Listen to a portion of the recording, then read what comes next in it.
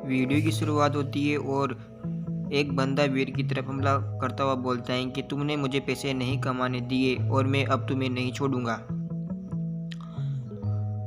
इसके बाद में वीर के चचेरा भाई देखता हुआ बोलता है कि ये तुम्हारी गलती है, तुमने ये सब किया है तो तुम ही इसको भुगतोगे, मैं तुम्हारी इसमें कोई मदद नहीं कर सकता हूँ।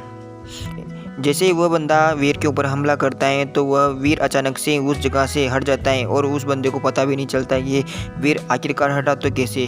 केवल उसे लगा कि वह वहीं पे खड़ा है और अचानक ही वीर उस बंदे का हाथ पकड़कर मोड़ देता है और उसके हाथ में जो चाकू था वहाँ से बहुत ही खतरनाक तरीके से उसे पकड़कर उस बंदे के ऊपर हमला कर देता है और उसके हाथ को मरोड़ देता है, साथ में उसे नीचे गिरा देता है और वह बंदा ज़ोर से चिल्लाता है और वीर उसके हाथ को बहुत ही ज़ोरदार तरीके से मरोड़ता है, यानी कि घुमा देता है, जिससे वह बंदा चिल्लाने लगता है।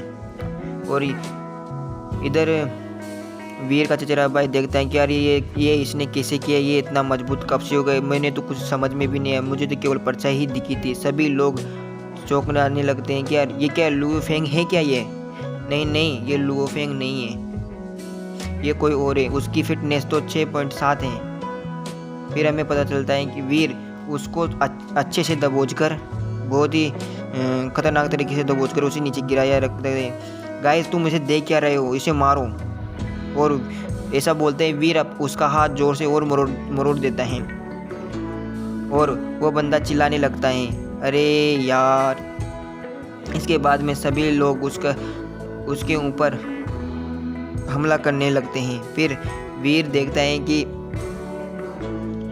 ये लोग अभी लगता है समझे नहीं है, इनको समझाना लगेगा। इतने में ही करते हुए फिर वो चारों पांचों आदमी ठीक उसके ऊपर हमला करने लगते हैं।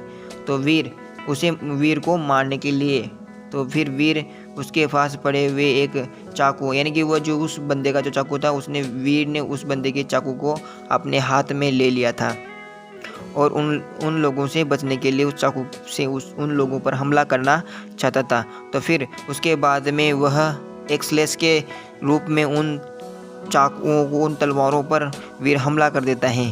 और जैसे ही वीर उन तलवारों पर हमला करता है, जिससे वो सभी तलवारें उस चाकू के वार से एक एक करके कटने लगती हैं। और ये सब देखकर वे लोग एकदम ही हैरान हो जाते हैं कि यार ये इसने कैसे किया, ये इतना मजबूत कब से हो गए हैं। और उनकी तलवारें टूटती हुई, गिरती हुई दिखाई देती हैं और वो सोचते हैं कि ये क्या हो गया, ये एकदम ही क्या हो रहा है। उनको कुछ समझ में नहीं आ रहा था,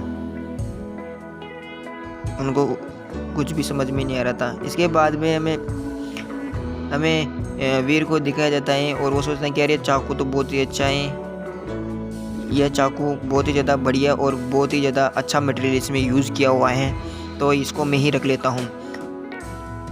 ये क्या है?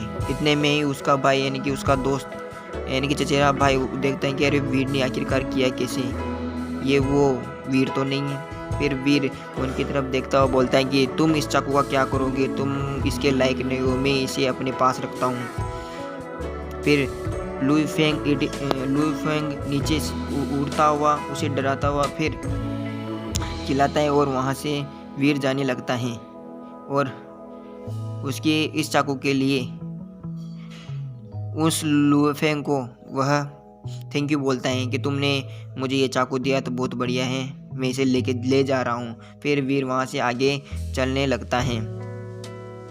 वीर को सभी लोग जाते हुए देखते हैं और वे लोग सभी हैरान हो चुके थे कि यार ये कैसे इतना मजबूत हो गया है।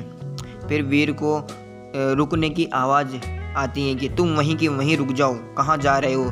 फिर वीर एकदम ही चौंक जाता है कि यार आखिरकार हो क्या गया है। फिर हमें वो तीनों बंदे उसके वीर के पीछे खड़े हुए थे और वीर सामने की तरफ एक बंदे की तरफ देख रहा था जो घोड़े पर बैठा हुआ था और वह बोल रहा था कि तुम कैसे बच रहे हो, तुम्हें क्या लगा तुम इनको मार दोगे और ऐसे ही चले जाओगे, तुम बेवकूफ़ थे।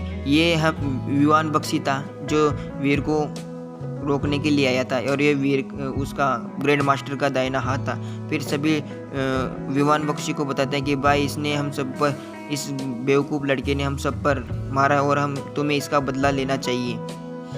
ठीक है, मैं इसको मारूंगा, मैं इसे बदला लूँगा। ऐसा बोलता हुआ युवान बख्शी उस पर हमला करने के लिए, यानी कि उसे मारने के लिए तैयार हो जाता है। फिर अपने कोड़े से वीर के ऊपर बहुत ही तेज गति से हमला कर देता है और वीर वहीं पर खड़ा होकर उसे देख रहा था। तो फिर उसने अचानक ही अपना खंजर बाहर निकाला और उसके कोड़ों को वहीं पर रोक दिया था और बहुत ही जल्दी ये सब कुछ हो गया। तो सब किसी को कुछ पता नहीं चल रहा था कि क्या हो रहा है। उधर युवान अपने कोड़े से वीर के ऊपर हमला कर रहा था, तो वीर अपने चाकू से उससे बच रहा था। और वीर सोचता है कि यार इसकी फिटनेस तो बहुत ही ज़्यादा है, इसकी फिटनेस 9.0 थी शायद, तो इस हिसाब से इसकी फिटनेस मेरे से ज़्यादा है। और इधर युवान बख्शी सोच रहा था कि यार ये वीर कब से इतना ज़्यादा स्ट्रॉन्ग हो गया है कि ये मेरे वारों को रोकने के लिए इतना मजबूत कब से हो गया है, ऐसा सोच रहा था। फिर वह ऐसा सोचता हुआ कंफ्यूज हो जाता है कि नहीं यार, ये वो बंदा नहीं है, लगता है मुझे इसको इस तरीके से नहीं रोका जा सकता है। तो फिर युवान अपने कोड़े को बहुत ही खतरनाक तरीके से चिल्लाते हुए उसके अब तुम मरने वाले हो बच्चे, इस प्रकार से बोलता हुआ उसे मारने लगता है। तो वीर अपना बो और एरो निकालकर युवान बख्शी के ऊपर यानी कि तरफ एम कर देता है, निशाना बांध देता है। तो युवान बख्शी और एकदम ही चौंक जाता है कि ये बंदा क्या पागल है क्या, मुझ पर हमला करने वाला है, ये पागल है लगता है। युवान बख्शी एकदम ही चौंक जाता है और वीर का चचेरा भाई भी सोचता है कि ये क्या पागल हो गया है हंसेन। सभी लोग सोचते हैं कि यार ये क्या कर रहा है, ये बड़े भाई को ऐसे कैसे हमला कर सकता है। तो वीर इधर बिल्कुल भी नहीं सोचता है और उसके ऊपर एम करते हुए वीर से बोलता है कि तुम मुझे मार दोगे फिर मैं तुम्हें। इतने में हमें अवनी को आते हुए दिखाया जाता है और अपने साथियों से बोलती है कि तुम वहीं रुको, मैं इसे रोकती हूँ। वीर तब तक युवान बख्शी के ऊपर हमला करने से रोकते हैं। इतने में अवनी बोलते हैं कि सुनो वीर, तुम वहीं की वहीं रुक जाओ, अभी की अभी। तो इतने में वीर अवनी की तरफ देखता है और कुछ बोलता बिल्कुल भी नहीं, सिर्फ उसकी तरफ देखता ही रहता है। इतने में युवान बोलता है युवान और वीर के बीच में अवनी आती है और वीर अपने बो एरो को अपने पास रख लेता है। नहीं अवनी बहन, मैं इस बंदे को माफ़ नहीं करूंगा, इसने मेरा अपमान करने का सामर्थ्य किया है, तो मैं इसे आज उसने मुझ पर हमला करने की हिम्मत की और मैं चाहता हूँ, आप चाहते हो कि मैं इसे छोड़ दूँ, मैं उसे बिल्कुल नहीं छोड़ूंगा। युवान बख्शी ऐसा बोलता हुआ वीर की तरफ एम करता है। इसके बाद में अवनी अपनी अंदर से कुछ डेविल सोल यानी कि शक्तियों को बाहर निकालती हैं और उधर युवान बख्शी की तरफ अपनी उस शक्ति को जाने देती है, यानी कि डेविल सोल को जाने देती है और युवान बख्शी पीछे की तरफ झटका खाता है और नीचे गिर जाता है। पीछे से दो बंदे आते हैं और उससे युवान बख्शी से बोलते हैं कि भाई तो आपको लगी तो नहीं, आपको ज़्यादा चोट तो नहीं आई है।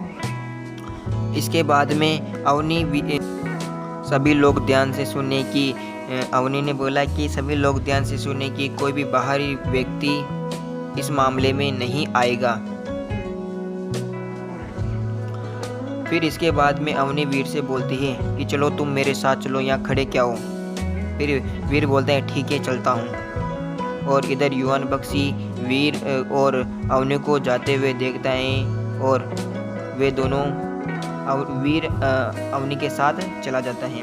और लोग बोलते हैं कि ये क्या अवनी पागल हो गई है क्या, जो इस जैसे आदमी को अपने साथ लेके जा रही है। नहीं, उसका दिमाग सच्ची में ख़राब हो गया है, ऐसे लोग सोचते हैं। इधर से युवान बख्शी बोलता है कि तुम्हें क्या लगता है तुम इतनी आसानी से मुझसे छुटकारा पालोगे, मैं तुम्हें नहीं छोड़ूंगा बास्टर्ड।